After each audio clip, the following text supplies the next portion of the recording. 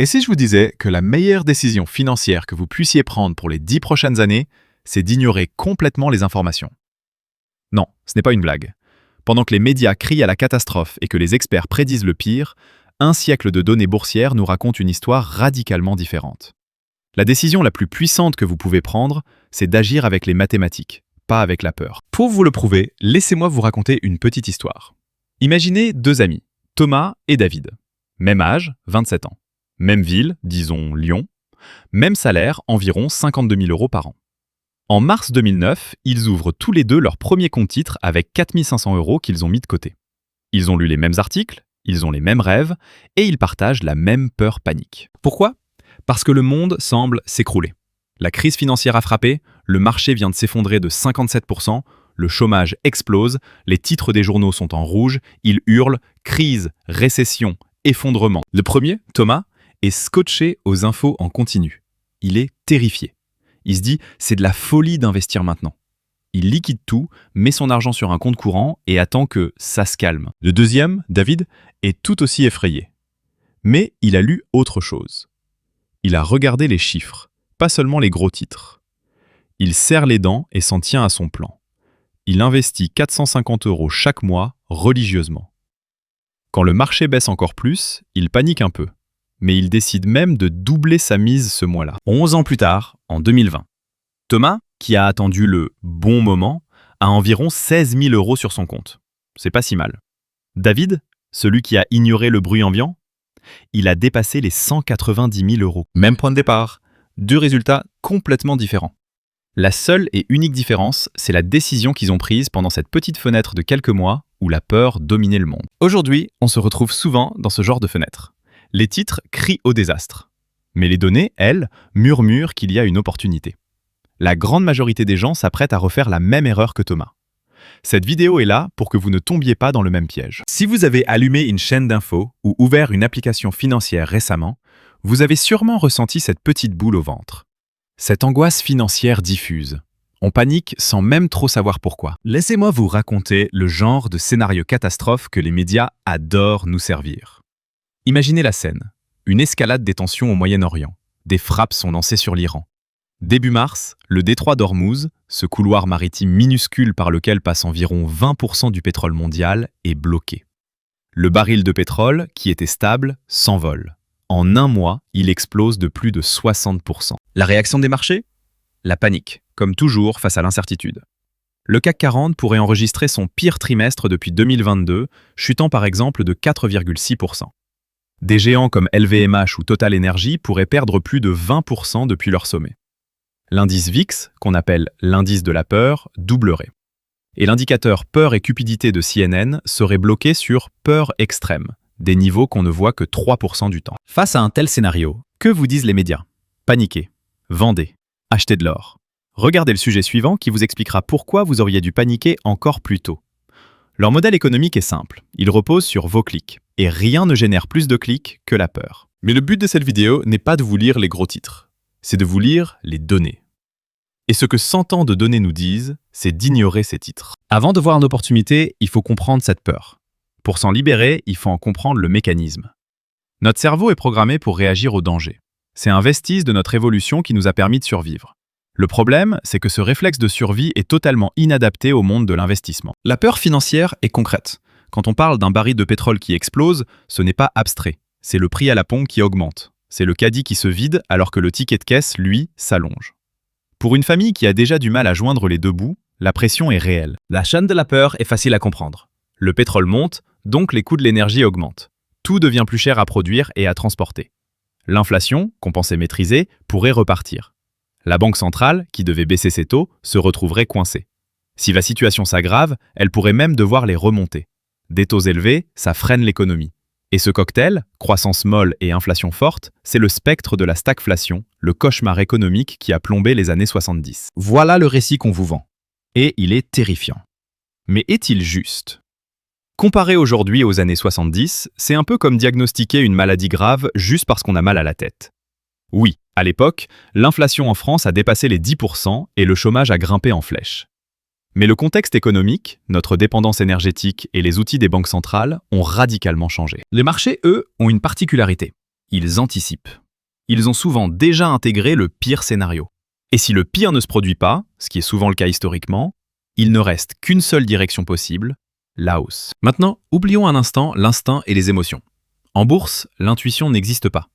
Parlons de faits, de chiffres, de données. RBC a étudié l'impact de grands conflits géopolitiques depuis 1950. Guerre de Corée, du Vietnam, du Golfe, invasion de l'Ukraine. Le schéma est presque toujours le même. En moyenne, le marché baisse, mais il a tendance à récupérer ses pertes en quelques semaines ou quelques mois. Pendant que la majorité des gens attend plus de certitude devant les chaînes d'infos, le rebond est souvent déjà passé. Regardons des cas concrets. En 1990, l'invasion du Koweït par l'Irak fait chuter le marché de près de 17%. Un an plus tard, il est déjà remonté. En 2003, au début de la guerre en Irak, le CAC 40 grimpe le jour même de l'invasion et prend plus de 26% sur les 12 mois qui suivent. Même durant la Seconde Guerre mondiale, entre 1939 et 1945, les indices ont progressé. Les guerres sont des tragédies humaines, mais leur impact économique est souvent temporaire. Élargissons encore la perspective.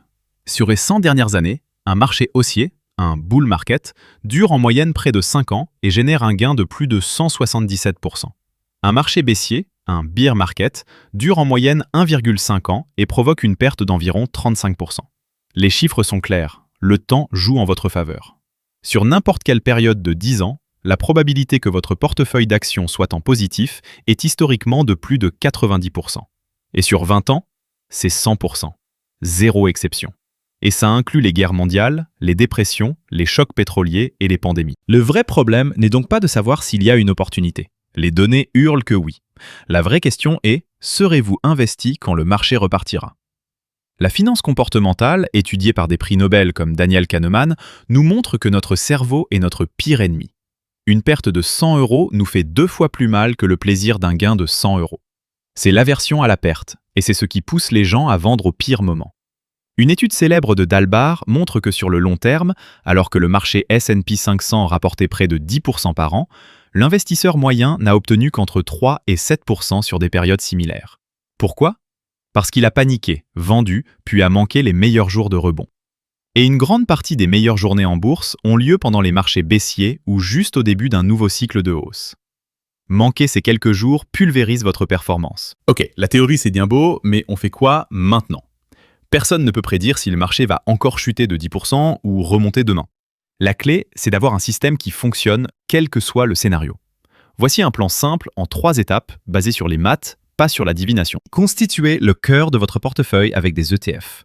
À hauteur de 40 à 50%, investissez dans des ETF, des fonds qui répliquent un indice, comme un ETF CAC 40 GR, qui réinvestit les dividendes, ou un ETF MSCI World. Le mieux est de le faire via une enveloppe fiscalement optimisée comme le PEA. Pourquoi ?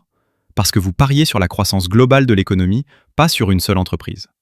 Le CAC 40 GR a un rendement annualisé moyen d'environ 9% depuis sa création. Acheter cet indice quand il a déjà baissé, c'est comme l'acheter avec une réduction due à la peur. Ajoutez des entreprises de qualité exceptionnelle. Profitez de la panique pour acheter des actions de sociétés solides, des leaders mondiaux qui ont fait leurs preuves. On parle de géants comme LVMH, Total Energy, Airbus, Sanofi. Ces entreprises réalisent souvent une grande partie de leur chiffre d'affaires hors de France, ce qui les rend moins dépendantes d'une seule économie. Quand leurs actions baissent de 20% à cause d'une panique générale et non d'un problème propre à l'entreprise, c'est une opportunité. C'est un peu comme trouver un sac de luxe en solde. Ça n'arrive pas si souvent. Soyez discipliné et automatisé. C'est l'étape la plus cruciale. Définissez un montant fixe à investir chaque mois. Que ce soit 450 €, 200 € ou 50 €, peu importe.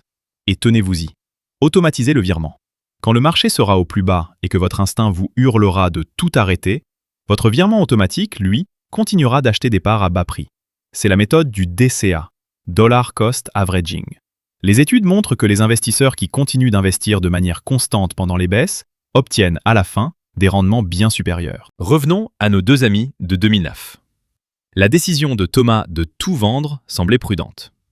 Mais il a commis l'erreur de croire qu'il pourrait deviner le bon moment pour revenir. Le problème, c'est que la certitude et les bonnes nouvelles n'arrive qu'une fois que le rebond a déjà eu lieu.